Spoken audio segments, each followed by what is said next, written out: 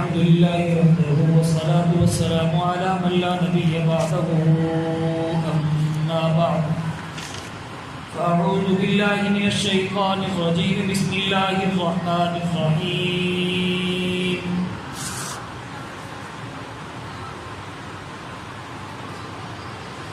لئن شكرتم لأزيدنكم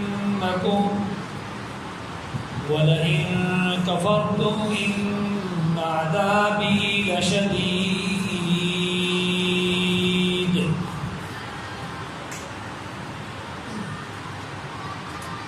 وقال الله تبارك وتعالى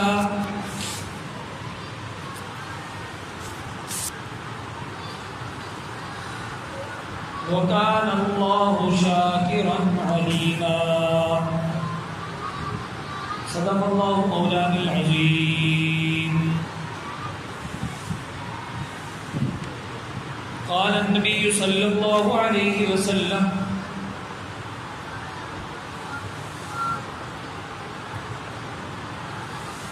من أحب لله وبغض لله وأعطى لله ومنع لله فقد استكمل الإيمان أو كما قال عليه الصلاة والسلام رب اشرح لي صدري ويسر لي أمري واحلل عقدة من لساني يفقهوا قولي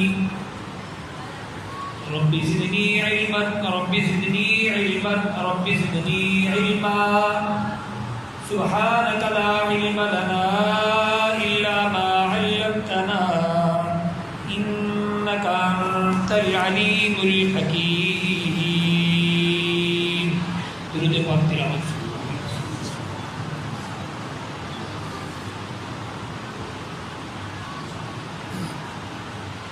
اللهم بارك.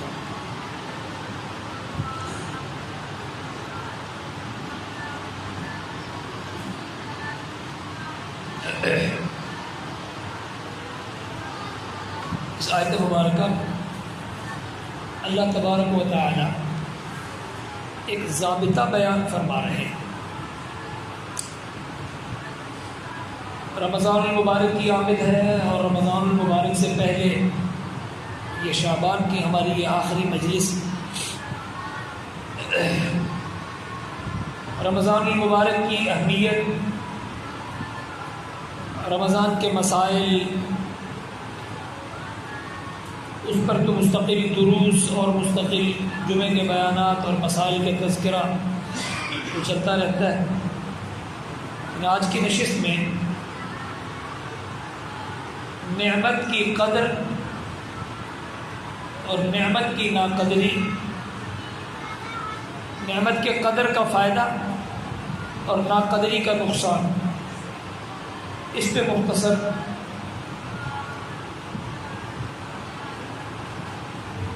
گفتگو ہوگی.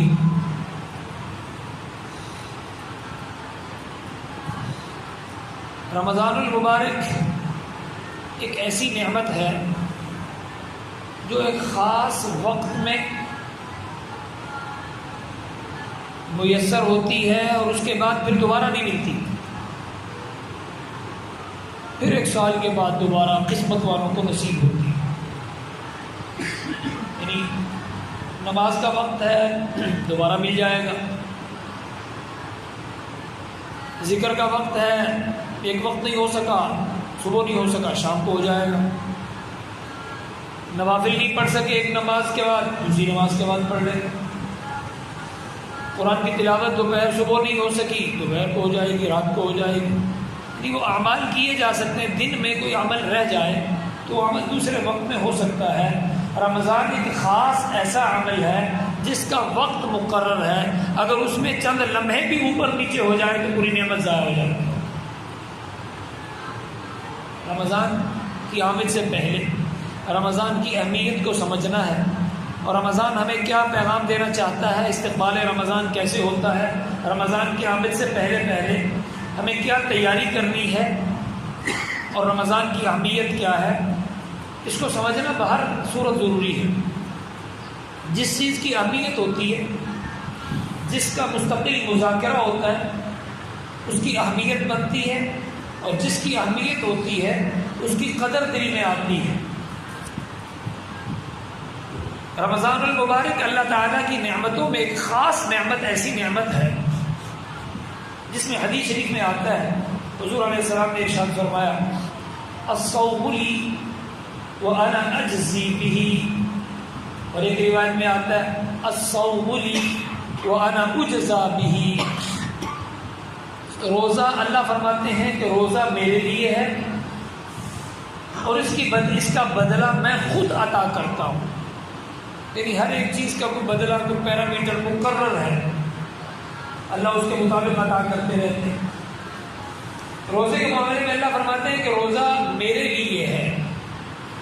الصلاۃ لی نہیں کہا کہ نماز میرے لیے ہے، اس میں کہا ہے نماز پڑھو میرے لیے پڑھو، پڑھنی آپ نے ہے، کوشش آپ نے کرنی ہے، ذکر کرو تم بھی ذکر کرو میں بھی تمہیں یاد کروں گا، محنت تمہاری ہے۔ روزے کے متعلق کہا کہ روزہ میرے لیے ہے، خاص میرا روزے کے ساتھ ایک خاص تعلق ہے۔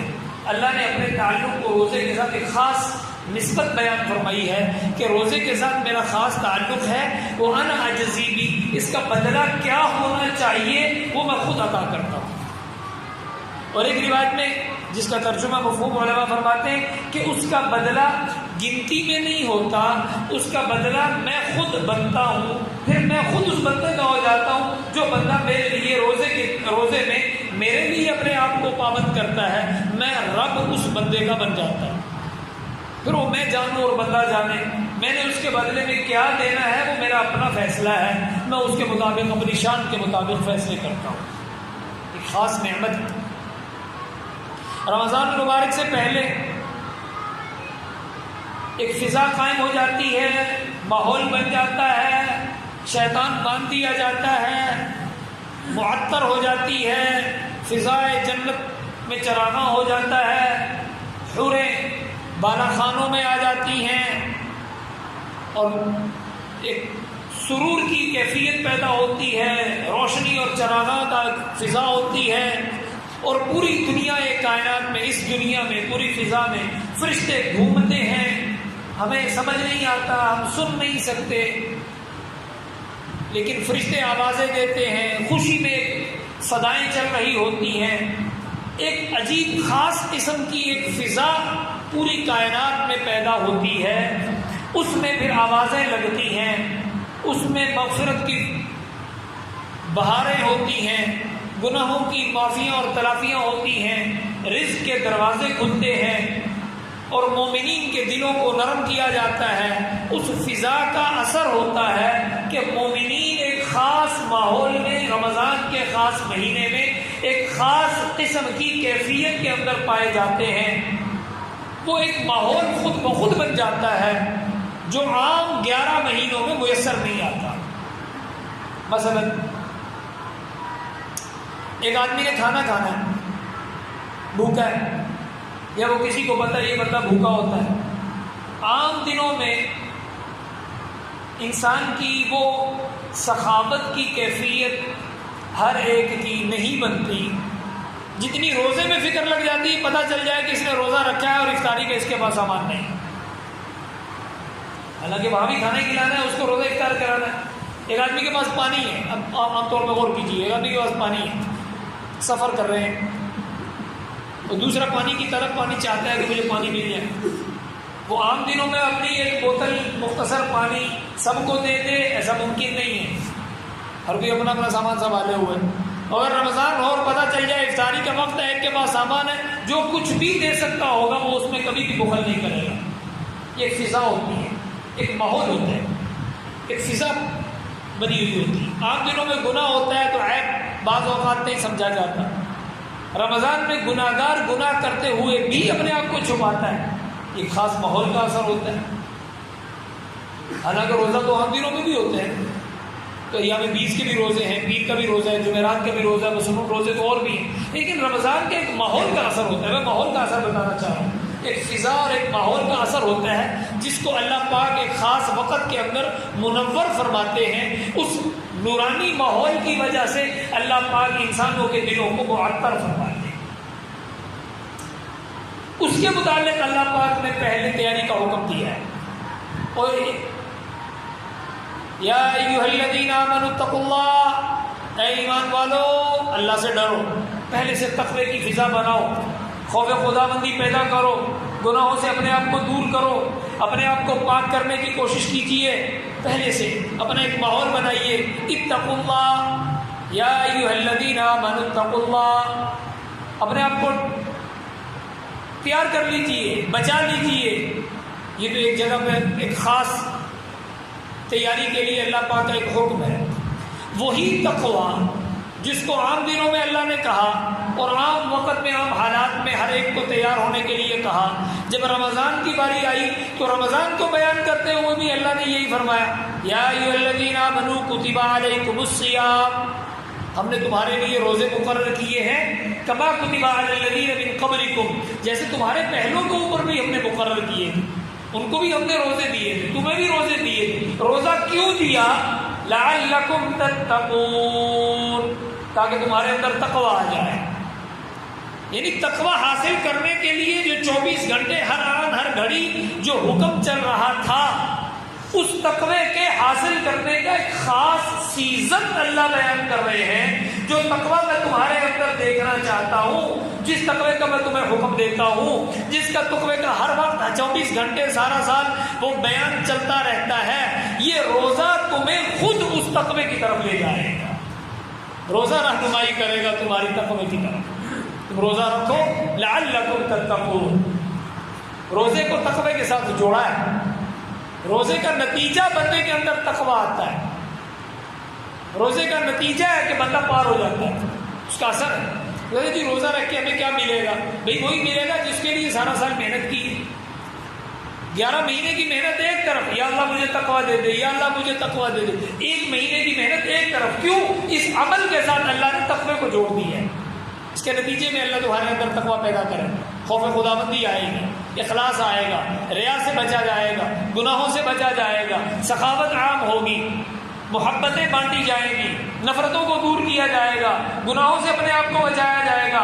عام دنوں میں جس کے لیے بندہ مومن خود محنت کرتا ہے اور کوشش کرتا ہے اور اپنے شیطان کا مقابلہ کرتا ہے، رمضان کے اندر اللہ اس کی مدد فرماتے ہیں اور یہ خود اس راستے پر چل پڑتا ہے۔ بہت بڑا انعام ہے، اس کو معمولی نہیں سمجھنا چاہیے۔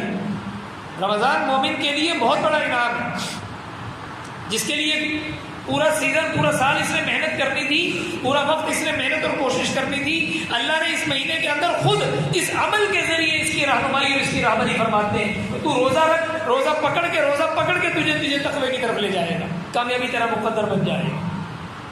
اب روزے کا انتظار یہ شوق کے ساتھ ہوتا ہے، اور جس چیز کی قدر ہوتی ہے اس کا انتظار ہوا کرتا ہے۔ اب اس کی قدر کو اپنے اندر بٹھانا اور پھر اس قدر کو اپنے عوام میں لانا، اپنے ماحول میں لانا، اپنے اہل و عیال میں لانا، بیوی بچوں میں اس کا تذکرہ کرنا، تاکہ روزے کی قدر معلوم ہو جائے۔ روزے کا انتظار ہوگا تو روزے کی قدر پیدا ہوگی۔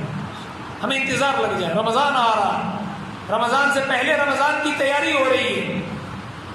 حدیث شریف میں آتا ہے، ایک بعض روایتوں میں آتا ہے کہ رمضان شعبان کے شبرات کے آخری دنوں میں حضور علیہ السلام نے روزہ رکھنے سے منع فرمایا ہے۔ شعبان کے شبرات کے یہ مہینہ چل رہا ہے، ان کے آخری دنوں میں میں حدیث شریف کے مفہوم سنا رہا ہوں، حضور نبی کریم علیہ السلام نے کیا کرنے سے منع فرمایا؟ روزہ رکھنے سے منع فرمایا۔ کیوں؟ تاکہ رمضان متاثر نہ ہو، تم کمزور نہ ہو جاؤ، تمہاری قوت کمزور نہ پڑ جائے۔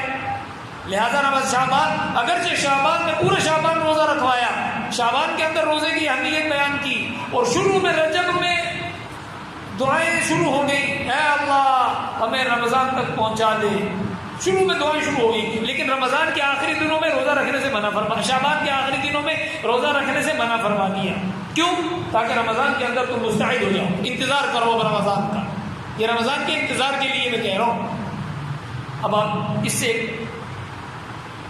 ایک اصول نکلتا ہے، جب رمضان شعبان کے آخر میں روزہ رکھنے سے منع کر دیا، روک دیا تاکہ تمہارا رمضان متاثر نہ ہو، تو اس کا مطلب یہ ہوا کہ رمضان کی آمد سے پہلے رمضان کا انتظار کرنا اور رمضان کی آمد سے پہلے رمضان کی تیاری کرنا، وہ صحت کے اعتبار سے ہو، وہ جان کے اعتبار سے ہو، وہ دوائیوں کے اعتبار سے ہو، وہ گھر کی ضروریات کے اعتبار سے ہو، رمضان سے پہلے اس کی تیاری یہ بھی عبادت میں شامل ہے۔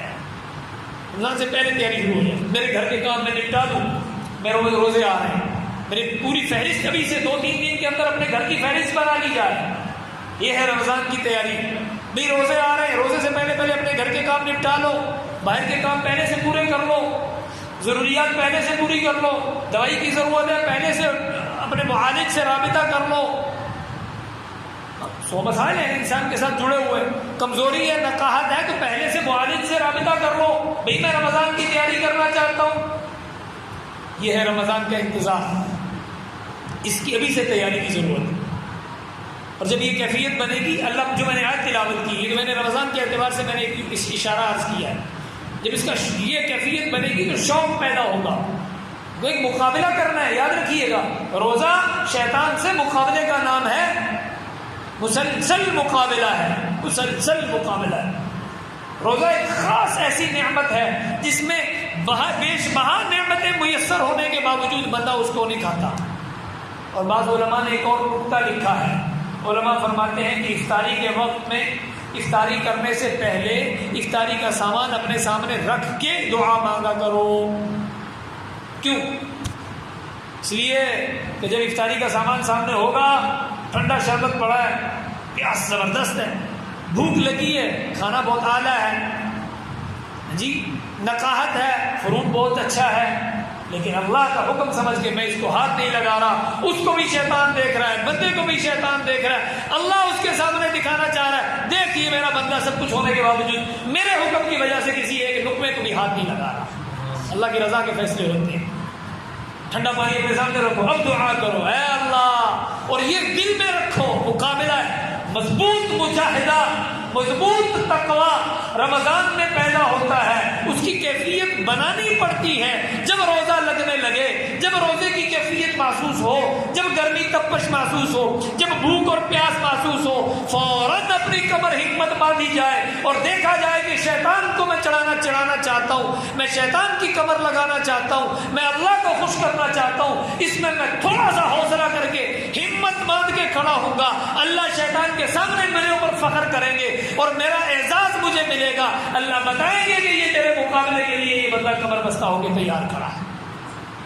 شیطان سے مقابلے کا نام ہے، یاد رکھیے گا، ذکر سے وہ مجاہدے پیدا نہیں ہوتے عام دنوں میں، ہاں عام دنوں میں وہ کیفیت نہیں بنتی جو رمضان کے اندر کیفیت بنتی۔ بھوک لگی، کیونکہ ذکر بندہ جتنا مرضی کرتا رہے، نوافل پڑھتا رہے، قرآن کی تلاوت کرتا رہے، جب بھی طبیعت میں نقاہت آتی ہے بندہ کہتا ہے تھک گیا ہوں، چھوڑ دیتا ہے۔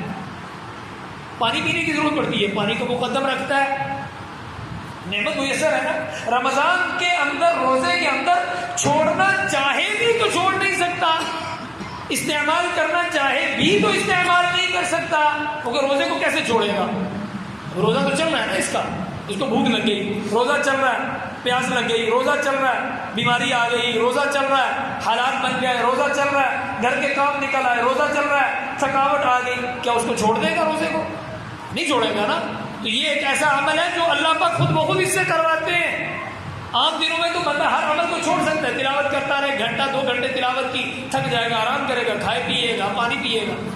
رمضان میں جو بھی کرتا رہے کچھ بھی نہیں کرے گا۔ یہ اللہ کی طرف، اللہ یعنی میں نے جو ابتدا میں کہا تھا، روزہ ایک ایسی نعمت ہے جو بندے کو پکڑ کر تقوی کے راستے پر چلا دیتا ہے، خود بخود مجاہدہ ہو جائے۔ روزہ معاون ہے تقوی پر آنے کے لیے، اس لیے روزے کو بہت بڑی نعمت سمجھنا چاہیے ہر اعتبار سے۔ پھر بھوک لگتی ہے، منہ کی مہک آتی ہے، طبیعت میں نقاہت آتی ہے، مہک پیدا ہوتی ہے، تو اللہ پاک فخر کرتے ہوئے فرماتے ہیں، اے میرے بندے گھبرا نہیں، مجھے تیرے منہ سے آنے والی مہک مشک و عنبر و زعفران سے زیادہ محبوب ہے۔ اور فخر کرتے ہوئے فرماتے ہیں، دیکھ میرا بندہ روزہ رکھ رہا ہے۔ بندہ کمر ہمت توڑتا ہے، تھوڑا سا ٹیڑھا ہوتا ہے اور دیکھتا ہے، پر تھکاوٹ آتی ہے، بہت سی نقاہت پیدا ہوتی ہے، پھر اس کے اندر ایک جرت پیدا ہوتی ہے، یہ جرت اس کے ایمان کی تقویت کا باعث ہوتی ہے۔ اس لیے روزے میں ہم نے شیطان سے مقابلہ کرنا ہے۔ روزہ شیطان سے مقابلے کا بہترین ذریعہ ہے۔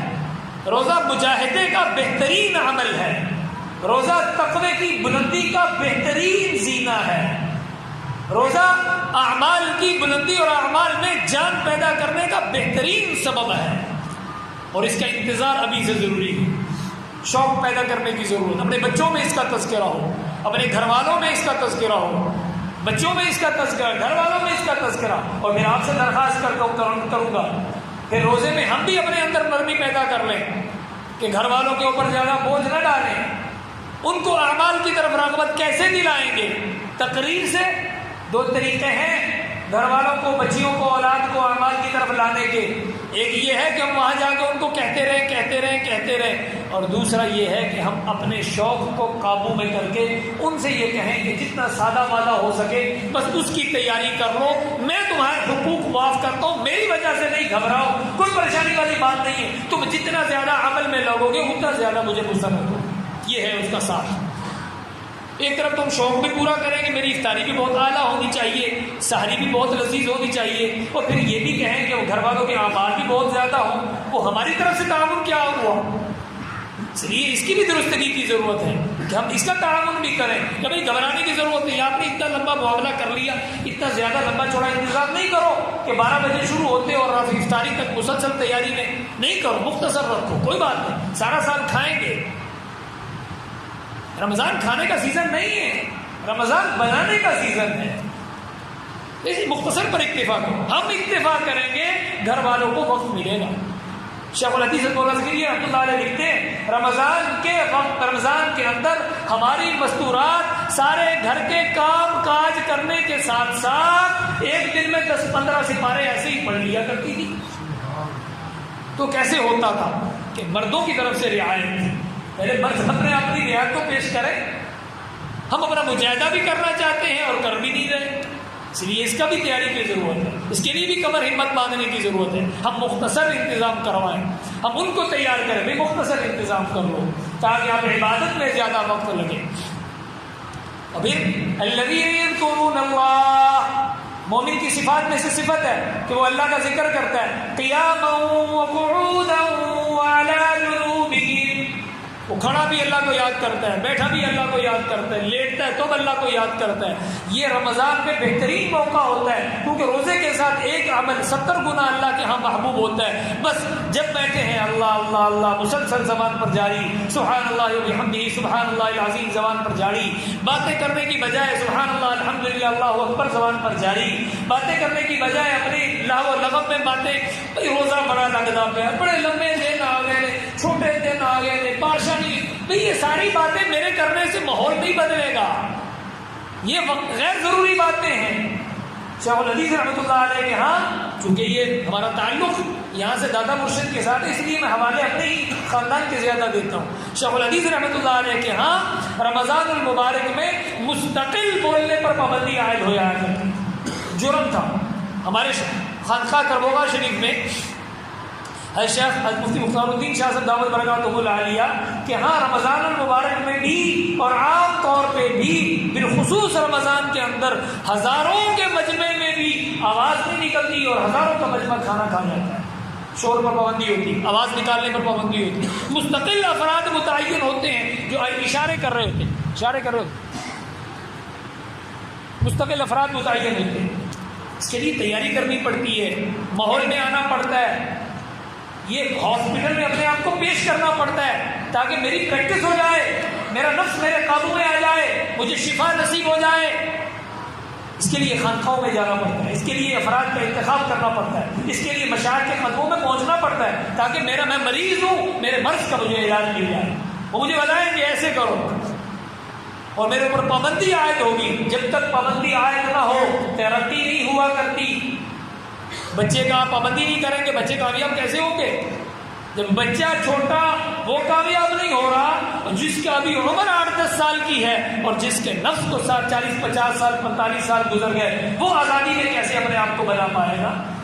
اس کے لیے کتنی پابندی کی ضرورت ہے۔ اس لیے خانقاہ کا سفر مشائخ کے ہاں یہ تربیت کا زمانہ بھی ہوتا ہے، تربیت کے لیے بھی ضروری ہے۔ جو میں نے آج کی ہے اس کا ترجمہ کر رہا ہوں، بات ختم کر رہا ہوں، مجھے اپنی بات 30 منٹ تک ختم کریں۔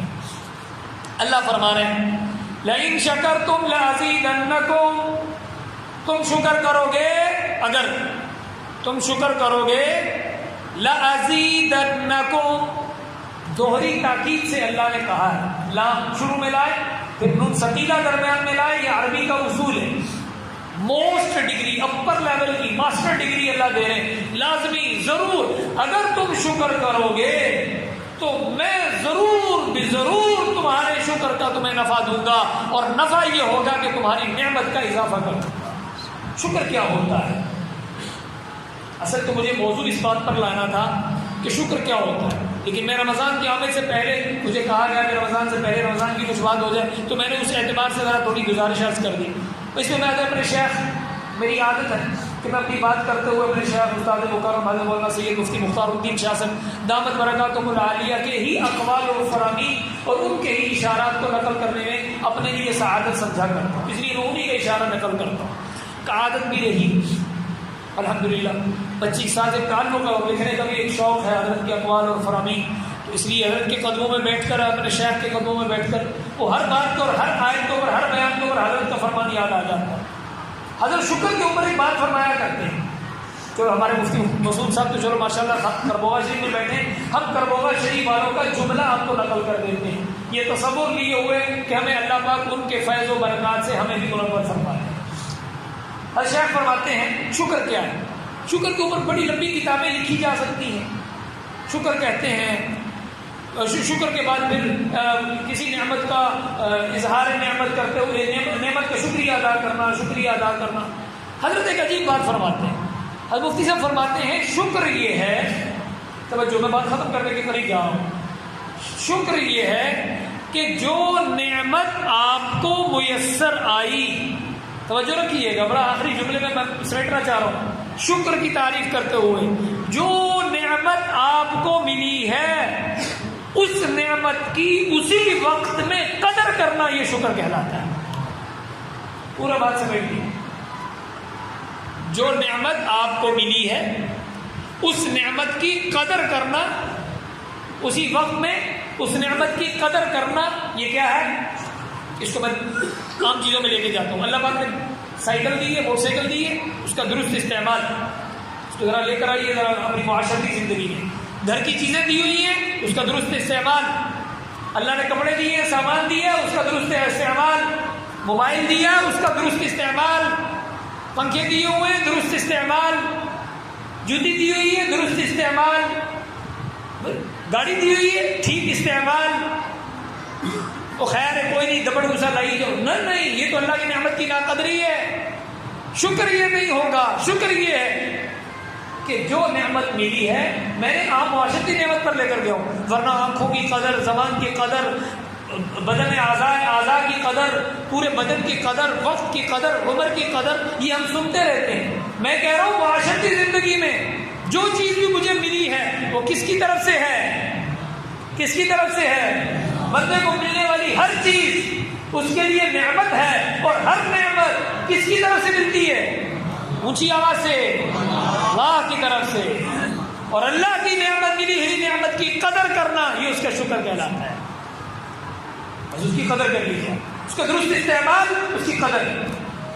اعضاء ہیں تو اس کا درست استعمال، اس کی قدر۔ سامان ہے، اس کا درست استعمال، اس کی قدر۔ چیز ہے، اس کا درست استعمال، اس کی قدر۔ گھر کے اندر سامان اور ضروریات ہیں، اس کا درست استعمال، اس کی قدر۔ رمضان آ رہا ہے اور رمضان کے اوقات کا درست استعمال، یہ رمضان کی قدر ہے۔ رمضان آ رہا ہے اور رمضان کے اوقات کا کیا کہہ رہا ہوں؟ درست استعمال، یہ کیا ہے؟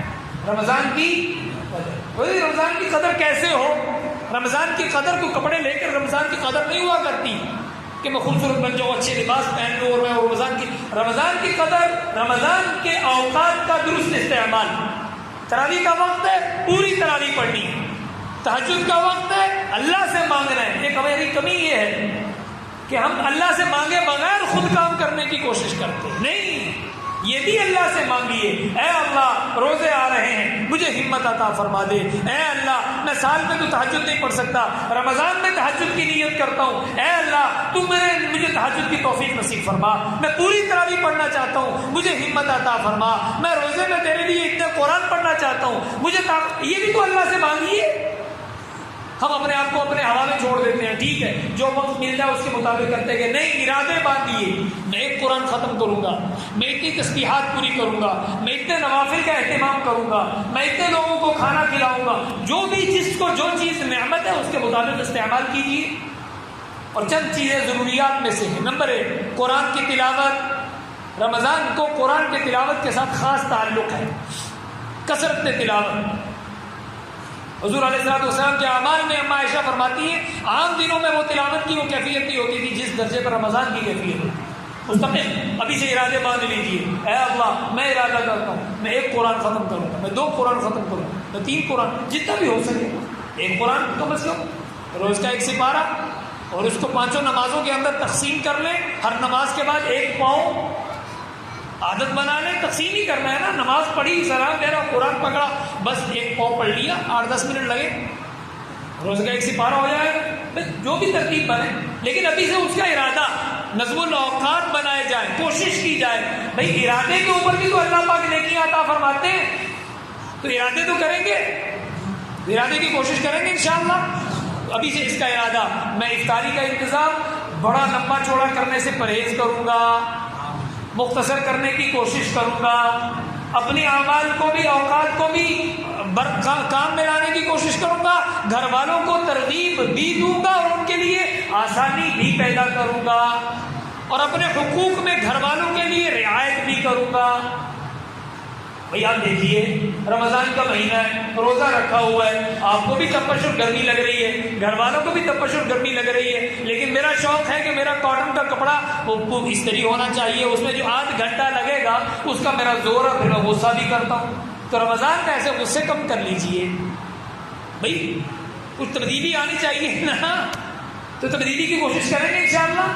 بھئی تھوڑا سا نرم ہو جائے معاملہ، بھئی ہم گھر والوں کے لیے نرم کریں گے، اللہ ہمارے لیے نرمی کا معاملہ فرمائیں گے، ہم دوسروں کا تعاون کریں گے، اللہ ہمارے ساتھ تعاون والے افراد پیدا فرمائیں گے، ہم اپنے اوقات کی قدر کی قیمت کریں گے، اللہ ہماری مدد فرمائیں گے۔ پھر رمضان میں آخری جملہ اور بات ختم کر رہا ہوں، رمضان میں اپنی زندگی کے فیصلے اللہ سے منوا لیجیے۔ اے اللہ تو نے رمضان کی توفیق دی ہے، اے اللہ رمضان کی بہار آ گئی ہے، میری بیٹی کا رشتہ، میرے بچوں کا رشتہ، میرے گھر کا معاملہ، میرے نئے گھر کی تعمیر، میری نوکری کا معاملہ، میں رمضان آ رہا ہے، میں رمضان میں اللہ سے منوا کے چھوڑوں گا۔ رمضان میں افطاری سے پہلے دعا میں لگنا اس لیے کہ میرے اللہ یہاں قبولیت کا وقت ہے، میں ضائع نہ کر بیٹھوں، دکانوں اور بازاروں میں میری افطاریوں کے اوقات نہ گزر جائے، میں گھر والوں کو بھی تیار کروں، افطاری سے پہلے میں پہنچ جاؤں اور میں خود بھی دعا میں بیٹھ جاؤں، بچوں کو بھی دعا میں لگا دوں، اور جو جو چیزیں میں نے مانگنی ہیں اس کی ابھی سے میں لسٹ بنا لوں، ارادے بنا لوں کہ میں رمضان میں اپنے اللہ سے یہ چیزیں منوا کر رہا ہوں۔ بس یہی بندگی، میں جب اس پر لگ گیا تو کوشش ہو جائے گی۔ اے اللہ میرے پاس گاڑی نہیں ہے، مجھے گاڑی دے دے، مانگتے رہو۔ اے اللہ میرے پاس سواری نہیں ہے، مجھے سواری دے دے، مانگتے رہو۔ اللہ کے نبی فرماتے ہیں تسمہ بھی اپنے اللہ سے مانگو۔ جب تسمہ اللہ سے مانگنا تو باقی چیزیں نہیں مانگنی، ہر چیز مانگیے، اوقات مانگیے، نعمت مانگیے، اور اس بات کی کوشش کیجیے اے اللہ مجھے ضائع ہونے سے محفوظ فرما دے، مجھے اپنے کام والے بندوں میں شامل فرما دے۔ اس کی کوشش کریں گے انشاءاللہ۔ جب بندہ نعمت کی قدر کرتا ہے، نعمت کی قدر کرتا ہے، ایک تو ہے شکر، الحمدللہ الحمدللہ الحمدللہ الحمدللہ شکر کرتا ہے، ایک ہے نعمت کا صحیح استعمال۔ یہ صحیح استعمال اصل چیز ہے، میرے شیخ اس پر لانا چاہتے ہیں، چیز کا درست استعمال کرو، یہ چیز کا قدر ہے، یہی اس کا شکر ہے۔ پھر اس کے اوپر اللہ تیرا شکر ہے تو نے توفیق بخشی ہے، اور اس کی کوشش ابھی سے ہم ارادے کر لیں گے، ابھی سے اس کی کوشش، ابھی سے اس کے تذکرے، ابھی سے ہمت، میں نے مقابلہ کرنا ہے۔ شیطان مجھے روزہ بڑا دکھاتا ہے، گرمی دکھاتا ہے، شیطان مجھے توڑے گا، لیکن میں اللہ کو دکھانا چاہتا ہوں اے اللہ جس مقابلے میں آنے والے شیطان کی تو کمر لگانا چاہتا ہے، میں درمیان میں کھڑا ہوں، اللہ تعالیٰ شیطان کو دیکھ رہے ہیں، شیطان مجھے برگلا کر اپنا سر فخر سے بلند کرنا چاہتا ہے، لیکن میں پوری ہمت کے ساتھ اللہ کی مدد سے اپنے اعمال کو مضبوط کروں گا تاکہ اللہ میرے ذریعے شیطان کے اوپر فخر فرما دے، اور پھر اس کے اوپر فیصلے ہو جائیں گے۔ پھر اللہ سے جو مانگیں گے مل جائے گا، اللہ سے نعمتیں مانگیں گے نعمتیں ملیں گی۔ یہ نعمتوں کی قدر نعمتوں میں ترقی دیتی ہے. اور اللہ نے دوسری آیت میں فرمایا وَكَانَ اللَّهُ شَاكِرًا عَلِيمًا، اللہ بھی شکر کرتا ہے. اللہ کا شکر پھر کیا ہوگا؟ اللہ عمل والے کی قدر کرتا ہے. جیسے تم نعمت کی قدر کرتے ہو پھر اللہ تمہاری قدر کرے گا. ہم اپنی نعمتوں ملنے والی نعمتوں کی قدر کریں، ہم اللہ کی طرف سے آنے والی نعمتوں کی قدر کریں، ہم اللہ کی طرف سے ملنے والے اوقات کی قدر کریں، ہم اللہ سے کی طرف سے ملنے والے اوقات کی اعمال کی قدر کریں. ہم اس طرف سے قدر کا معاملہ کریں گے، اللہ ہماری قدر کے فیصلے فرمائیں گے. اور جب اللہ کی پیار کی نظر ہمارے اوپر لگ گئی دنیا بھی کامیاب ہو جائے گی، آخرت بھی کامیابی بن جائے گی. کوشش کریں گے انشاءاللہ اللہ عمل کی توفیق نصیب فرمائے. وقت پورا ہوا چاہ رہا ہے، مجلس سے ذکر ہوگی. سب حضرات